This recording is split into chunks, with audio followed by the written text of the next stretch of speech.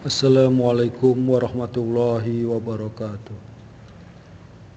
Innal hamdalillah nahmaduhu wa nasta'inuhu wa nastaghfiruh wa na'udzu bihi min shururi anfusina wa min sayyiati a'malina. May yahdihillahu fala mudilla lahu wa may yudlil fala hadiyalah. Asyhadu an la ilaha illallah wahdahu la syarika lah wa asyhadu anna Muhammadan abduhu wa rasuluh. Allahumma sholli ala Muhammadin wa ala alihi wa ashabihi ajma'in, amma ba'd. Qala Allah ta'ala fil Qur'anil Karim, a'udzu billahi minasy syaithanir rajim. Ya ayyuhalladzina amanu ittaqullaha haqqa tuqatih wa la tamutunna illa wa antum muslimun. Shadaqallahul adzim. Kaum muslimin, bapak-bapak, saudara-saudara jamaah salat Jumat rahimakumullah. Marilah kita panjatkan puja dan puji syukur kita kepada Allah Subhanahu wa Ta'ala.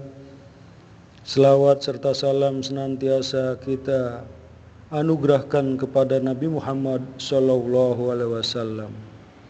Dan khatib berwasiat untuk selalu meningkatkan keimanan dan ketakwaan kita kepada Allah dengan menjalankan seluruh perintahnya dan meninggalkan seluruh larangannya sesuai keinginan Allah dan Rasulnya. Dalam kesempatan ini khatib akan menyampaikan khutbahnya dengan judul Persatuan sebagai Landasan Masyarakat Madani. Sejalan dengan era reformasi saat ini, istilah masyarakat madani semakin akrab dalam wacana politik Indonesia. Masyarakat madani atau civil society yang menjadi cita-cita reformasi menuju Indonesia baru secara sederhana dapat diartikan sebagai suatu bentuk kehidupan yang lebih etis dan demokratis serta menghormati hak-hak asasi manusia. Masyarakat madani adalah masyarakat yang menegakkan cita-cita keadilan, persamaan derajat di antara sesama manusia, egalitarianisme, keterbukaan dan kebersamaan. Contoh perwujudan masyarakat madani dapat dilihat pada masyarakat zaman Nabi Muhammad SAW dan Khulafaur Rasyidin Abu Bakar, Umar, Utsman, dan Ali.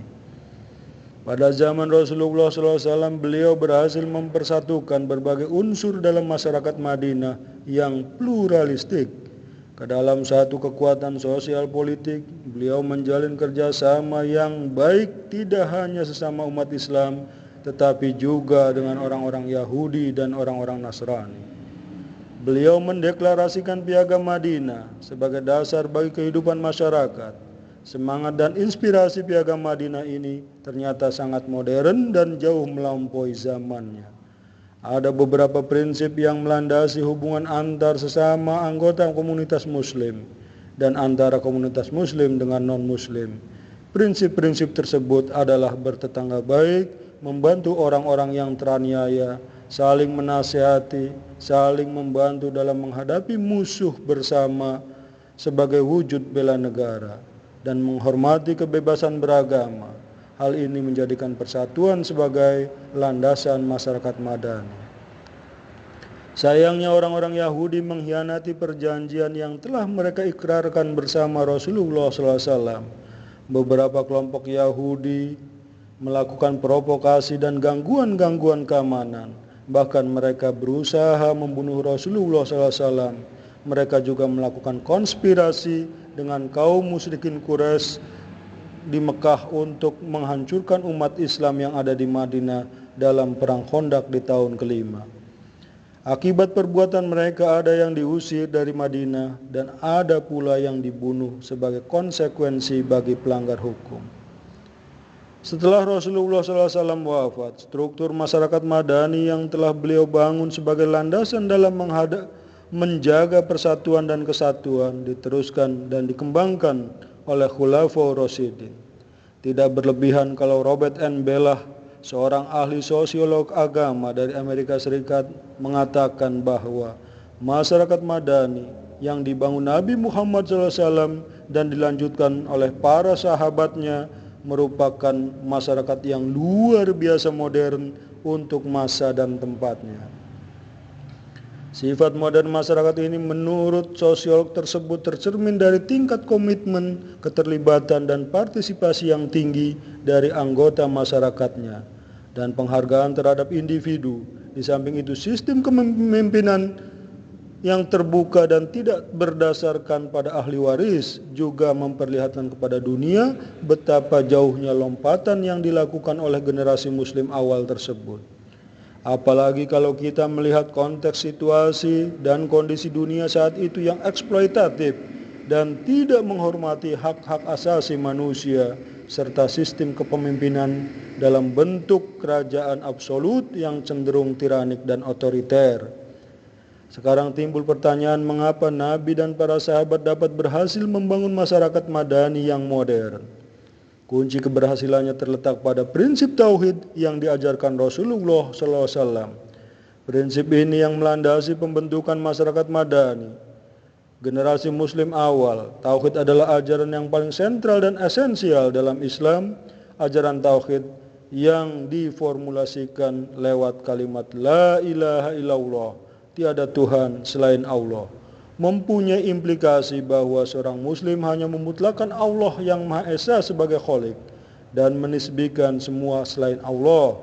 Tauhid berarti komitmen manusia kepada Allah sebagai satu-satunya tujuan hidup dan sumber nilai. Allah menjadi fokus dari seluruh rasa hormat dan syukur. Komitmen ini bersifat totalitas, utuh, positif, dan kekeh. Karena itu cinta, ketaatan, pengabdian, dan kepasrahannya serta kemauannya untuk menjalankan kehendak-kehendak Allah merupakan tujuan yang hendak dicapainya. Firman Allah dalam Al-Quran surat Al-Ikhlas, Qul huwallahu ahad, Allahus samad, lam yalid walam yulad, walam yakul lahu kufuwan ahad. Katakanlah, Dia Allah yang Esa, Allah tempat bergantung, tidak beranak dan tidak pula diperanakan, dan tidak ada satupun yang menyerupainya. Keikhlasan diri kita sebagai Abdullah, satu-satunya zat Allah sebagai zat bergantungnya semua pengharapan, zat yang tunggal, tidak ada yang setara dengannya. Oleh karena itu segala puja dan puji miliknya sebagai pengatur, sebagai penguasa, sebagai tempat pengabdian semua makhluk ciptaannya. Bapak-bapak, saudara-saudara jamaah salat Jumat rahimakumullah. Dengan prinsip tauhid ini, umat Islam merasa bebas dan merdeka karena mereka menyadari kedudukan manusia semuanya sama di hadapannya.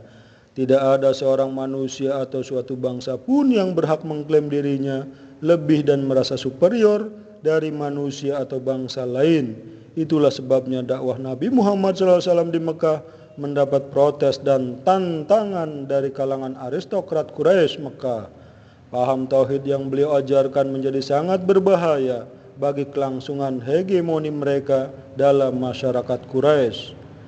Prinsip persamaan atau musyawarah yang menjadi konsekuensi logis dari ajaran tauhid sangat bertentangan dengan perilaku mereka yang selalu memeras, menindas, memperbudak, dan mengeksploitasi kaum yang lemah. Sebaliknya, ajaran tauhid yang beliau bawa mendapat sambutan hangat dan antusias dari kelompok-kelompok tertindas. Paham tauhid membawa mereka pada posisi yang lebih tinggi dan mulia dan terhormat karena mereka tidak merasa lebih rendah dari aristokrat Mekah. Paham tauhid inilah yang menempatkan Bilal bin Rabah, budak negro yang hitam, ke posisi yang sangat mulia sebagai muazin di zaman Rasulullah SAW. Pribadi manusia tauhid yang telah ditempa Rasulullah SAW selama 13 tahun di Mekah, inilah yang kelak menjadi pilar pendukung tegaknya masyarakat Madani setelah beliau berada di Madinah. Konsekuensi logis dari paham tauhid ini adalah semangat perlawanan yang terus-menerus sepanjang masa terhadap kesewenang-wenangan. Dalam Al-Quran, sikap kesewenang-wenangan ini diungkapkan dengan istilah tauhid. Secara bahasa, istilah ini berarti segala hal yang melampaui batas, sikap tiranik terhadap sesama manusia, dan kekufuran yang keterlaluan. Kita dikatakan tauhid atau tatagal, atau tiranik manakala kita terlalu berpegang teguh pada pendirian kita meskipun hal itu salah, sehingga tidak dapat menerima masukan-masukan dari orang lain. Kita merasa cukup dengan diri kita sendiri dan tidak membutuhkan orang lain. Dalam firman Allah surat Al-Alaq, "Kalla innal insana layatgha ar-ra'ahu istaghna."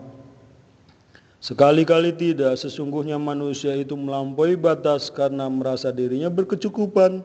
Dengan kata lain, rasa tidak butuh orang lain yang dilahirkan oleh anggapan superioritas mengantarkan seseorang untuk berlaku tiranik, sewenang-wenang dan melampaui batas-batas kemanusiaan.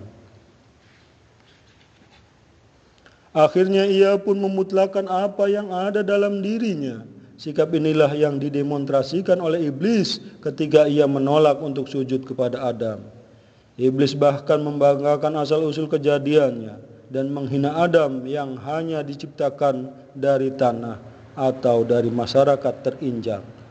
Dalam sejarah kemanusiaan, sikap-sikap demikian kemudian direpresentasikan oleh Fir'aun, Namrud, dan Korun.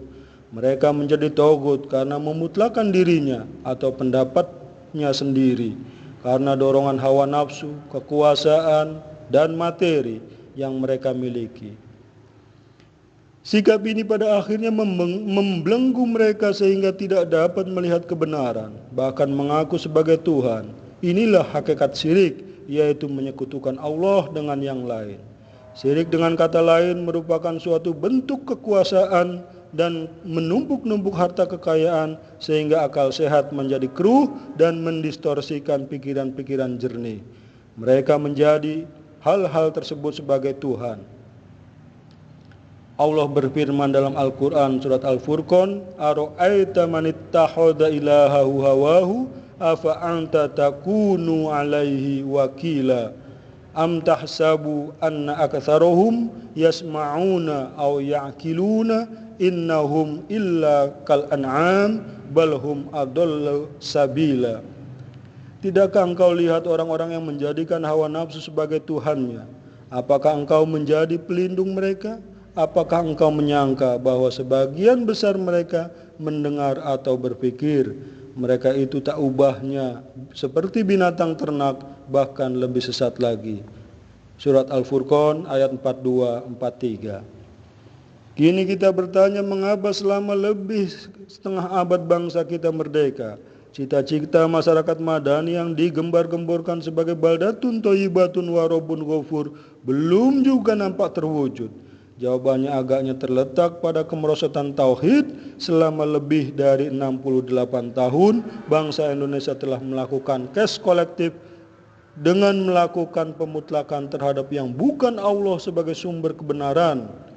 Kepada kita tidak diberi kesempatan untuk berbeda pendapat. Segala sesuatunya diseragamkan. Kebenaran diidentikan dengan kekuasaan.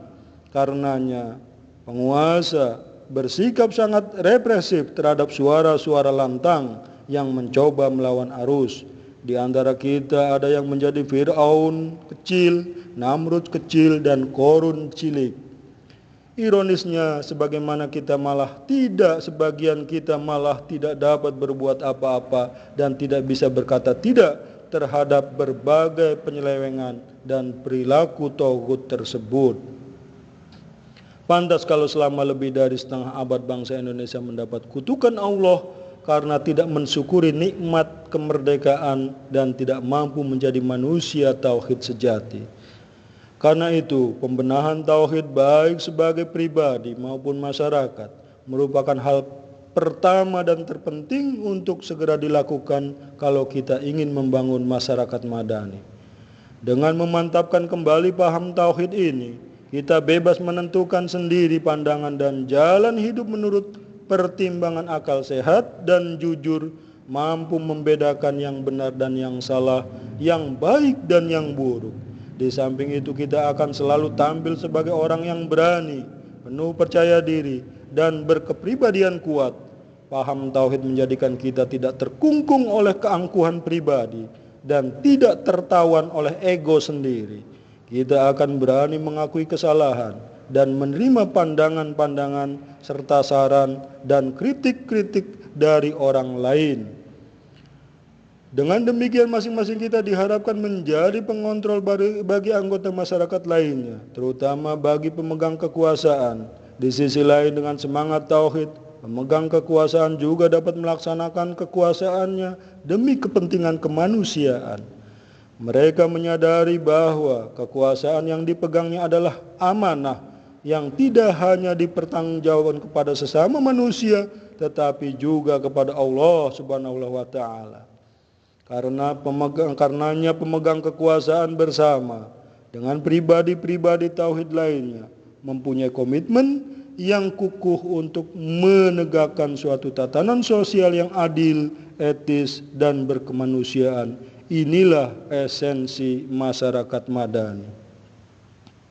Sekaranglah kesempatan bagi kita untuk kembali kepada nilai-nilai tauhid dengan meneladani masyarakat madani yang dibangun Rasulullah dan para khalifah yang terpuji. Sebab kalau tidak, cita-cita membangun masyarakat madani yang selama ini didengung-dengungkan hanyalah sebuah utopia. Kalau tidak dikatakan sebagai komoditas politik, sudah terlalu besar biaya sosial yang kita keluarkan, baik harta maupun jiwa untuk sebuah reformasi. Marilah kita raih berkah dari Allah dengan semangat tauhid dan menegakkan masyarakat madani. Sebagai kesimpulan bahwa Madinah dibangun Rasulullah Muhammad SAW merupakan bentuk masyarakat madani yang dijadikan model ideal oleh umat muslim di Indonesia. Untuk membangun masyarakat madani di Indonesia perlu berpijak pada landasan historis dan berdasarkan wahyu dengan didukung pengetahuan, teknologi, ekonomi, sosial, budaya, dan pertahanan keamanan yang dilaksanakan dengan menjalin hubungan sosial di dalam negeri maupun hubungan diplomatik dengan negara-negara lain, dengan maksud dan tujuan agar Indonesia mampu membangun persatuan dan kesatuan sebagai landasan masyarakat madani.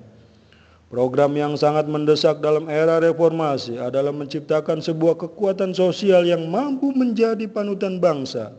Karena dalam hal ini sangat kita rasakan bahwa elit nasional kita sekarang sudah kehilangan legitimasinya sebagai panutan. Berasal dari krisis kepercayaan, berdampak pada krisis politik dan hukum, yang semuanya itu bersumber dari krisis ekonomi yang berkepanjangan. Dan yang tidak boleh kita lupakan bahwa untuk membangun masyarakat madani di Indonesia, agama jangan dijadikan aspek pelengkap, tetapi merupakan bagian integral dan inheren dalam masalah-masalah kenegaraan dan kemasyarakatan. Oleh karena itu, pembenahan terhadap pribadi-pribadi maupun masyarakat merupakan hal terpenting untuk segera dilakukan kalau kita ingin membangun masyarakat madani. Allah berfirman, "Katakanlah wahai kaumku, berbuatlah sepenuh kemampuanmu, sesungguhnya aku pun berbuat. Kelak kamu akan mengetahui siapakah yang akan memperoleh hasil yang baik dari dunia ini. Sesungguhnya orang-orang yang zalim itu tidak akan mendapat keberuntungan." Al-Quran Surah Al-An'am ayat 135. Qul ya qaumi i'malu ala makanatikum inni 'amilun fasawfa ta'lamun man takunu lahu 'aqibatud dar innahu la yuflihudz zalimun. Barakallahu li wa lakum fil Qur'anil 'azim wa nafa'ani wa iyyakum bima fihi minal ayati wa dzikril hakim. Taqabbalallahu minna wa minkum tilawatahu innahu wal ghafurur rahim.